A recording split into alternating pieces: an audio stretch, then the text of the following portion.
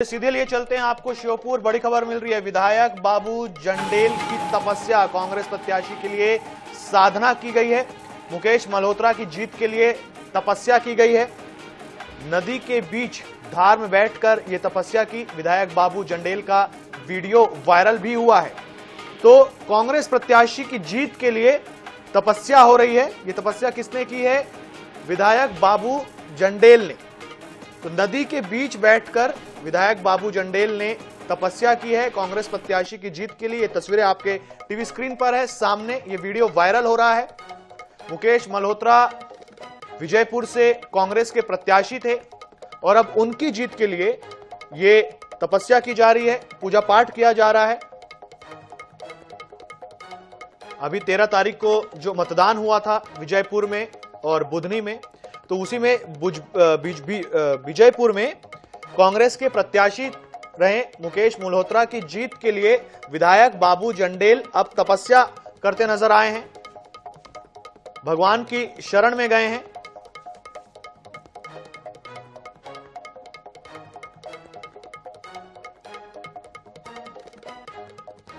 तो इस खबर पर अधिक जानकारी लेंगे डॉक्टर राम पांडे से, प्रवक्ता हैं कांग्रेस के। सर नमस्कार। सर, ये वीडियो हमारे सामने है विधायक जी का, जिन्होंने जीत के लिए तपस्या कर रहे हैं, जो मुकेश मल्होत्रा कांग्रेस प्रत्याशी के। तो क्या ऐसी तपस्या करने से जीत मिल जाती है क्या सर? देखिए, पहले कर्म करते हैं हम और उसके बाद ईश्वर से प्रार्थना करते हैं। तो चूंकि मैं खुद एक महीने वहां था, तो बाबू जंडेल जी ने 1, 1.5, 2 महीने रात दिन कांग्रेस प्रत्याशी को जिताने के लिए मेहनत की। हमारे प्रत्याशी आदिवासी थे, गरीब थे। मुकेश मल्होत्रा के लिए उन्होंने तन मन धन से पूरी मेहनत की। अब वो मेहनत कर चुके हैं। उसके बाद जब चुनाव चल रहे थे, चुनाव के 2 दिन पहले आदिवासियों के ऊपर भारतीय जनता पार्टी के गुंडों द्वारा गोलियां चलाई गई थी, तब भी वो सामने आए थे। उन्होंने धरना दिया था श्योपुर के अंदर।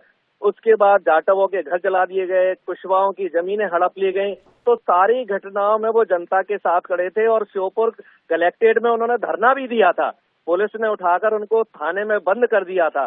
तो उन्होंने अपने काम करने की तपस्या में कोई कमी नहीं की थी। और हमारा संस्कृति, धर्म सब ये कहता है, हमारे संस्कार ये कहते हैं कि पहले कर्म पूरी ताकत से करो, उसके बाद ईश्वर से प्रार्थना करो। तो चूंकि उस गरीब के लिए, उस आदिवासी के लिए वो प्रार्थना कर रहे हैं, तो उसमें कुछ गलत नहीं है, बल्कि उनकी प्रशंसा की जानी चाहिए। चलिए सर, हमारे साथ बीजेपी प्रवक्ता डॉक्टर प्रेम व्यास भी जुड़ गए हैं। डॉक्टर साहब नमस्कार। आपने भी ये वीडियो देखा होगा सर, विधायक बाबू जंडेल का, जो कि कांग्रेस प्रत्याशी मल्होत्रा जी के लिए तपस्या कर रहे हैं। आपका क्या कहना है इस पर? देखिए, निश्चित रूप से तपस्या अगर पूर्व में की जाती तो 18 वर्षों में जो कांग्रेस की स्थिति, जी तो खुद अपने विवादित बयानों को लेकर जो है वो मजबूर रहते हैं। इसके पहले शिवजी को लेकर उन्होंने बयान दिया था, लेकिन ये छद्म वेशधारी हिंदू है और छद्म वेशधारी हिंदू होने के नाते जब भी ये छद्म वेश धरते तो इस तरह के कृत्य आम जनता को भड़काने के लिए करते। निश्चित रूप से वहां पर भारतीय जनता पार्टी विजय अर्जित करेगी। चूंकि इसके पूर्व में संगठन पर्व के पूर्व की बात हो, वहां पर कार्यकर्ता निर्मित करने की बात हो, वहां पर विकास पहुंचाने की बात हो, वो भारतीय जनता पार्टी ने आम जनता के बीच में करा है। इसलिए हम आशान्वित, और ये छद्म वेश है और कुछ समय बाद इनका छद्म वेश किसी और रूप में बाहर निकल कर आएगा। तो जनता देख रही है और जनता निश्चय कर रही है। डॉक्टर राम पांडे जी, ये तो डॉक्टर प्रेम व्यास तो आप पर आरोप लगा रहे हैं। आप तो कह रहे थे कि ये हमारी संस्कृति, वो तो आरोप लगा रहे हैं कि शिवजी को लेकर के भी विधायक बाबू जी ने कुछ टिप्पणी की थी। जी, इन्होंने हिंदुओं को गाली दे देकर देश से 60-65% हिंदू कम कर दिए। केवल ये हिंदू उन्हीं को मानते हैं जिन्होंने भारतीय जनता पार्टी की सदस्यता ली है या भारतीय जनता पार्टी को वोट दे देते हैं। 60-65% लोग देश में ऐसे हैं ना जो भारतीय जनता पार्टी को वोट नहीं देते हैं, ना भारतीय जनता पार्टी को मानते हैं। तो उसी में से बाबू जंडेल भी हैं और राम पांडे भी हैं। तो ये राम पांडे को हिंदू नहीं मानते, बाबू जंडेल को हिंदू नहीं मानते, ये 65% हिंदुओं को छद्म हिंदू मानते हैं। तो सबसे बड़ी सजा इन लोगों को देनी चाहिए कि इन्होंने देश से 65% हिंदू एक झटके में ही खत्म कर दिए। रात दिन हिंदुओं को गालियां देते हैं, रात दिन हिंदुओं को अपमानित करते हैं।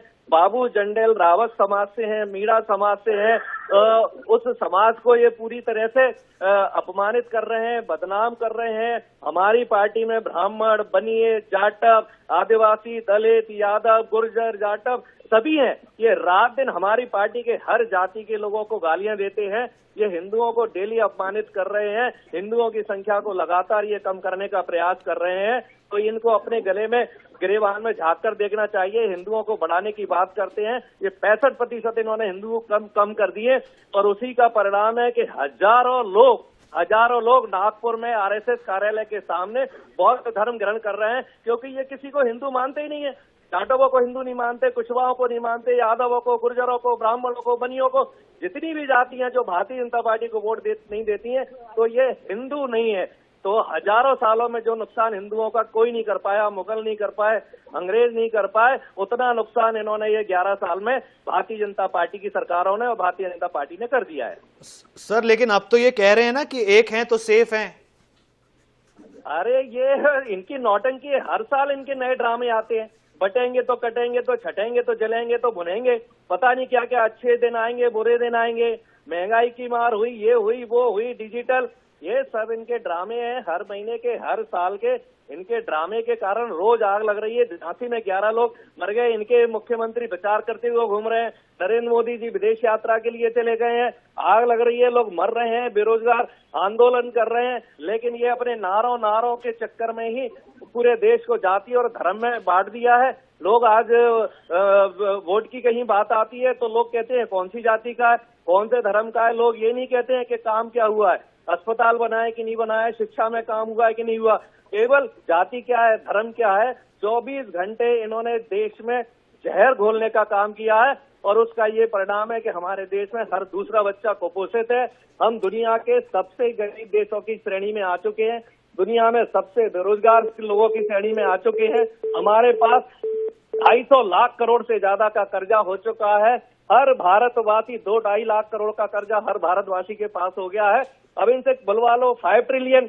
अभी कितना नाटक करते हैं कि 2047 में हम ये करेंगे।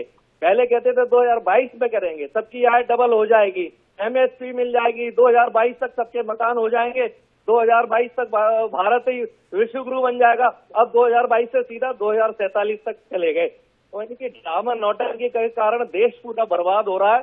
तो देश के लोगों को जागरूक होने की जरूरत है। धर्म और जाति से ऊपर उठने की जरूरत है। अच्छे और ईमानदार लोगों को जिताने की जरूरत है। जब तक ये भ्रष्ट बीजेपी के लोगों को जनता जिताती रहेगी, तब तक जनता पीड़ित और परेशान रहेगी, धर्म और जाति में उलझी रहेगी। इन लोगों को बताइए, अजीत पवार के बगल में बैठ के कहते हैं भ्रष्टाचार खत्म करो, नारायण राणे के बगल में बैठकर कहते हैं भ्रष्टाचार खत्म करो, हेमंत बिस्वा शर्मा के बगल में बैठकर भ्रष्टाचार खत्म करो। पूरी दुनिया के जितने भ्रष्ट लोग हैं अपने आसपास बिठा लेते हैं और फिर कहते हैं भ्रष्टाचार खत्म करो। बताओ, इनसे बड़ा कोई नौटंकीबाज और ड्रामाबाज कहीं दुनिया में मिलेगा क्या? जी सही। सर बहुत बहुत धन्यवाद आपका और आपका भी, डॉक्टर राम पांडे डॉक्टर साहब, बीजेपी प्रवक्ता, कांग्रेस प्रवक्ता, दोनों का बहुत बहुत धन्यवाद।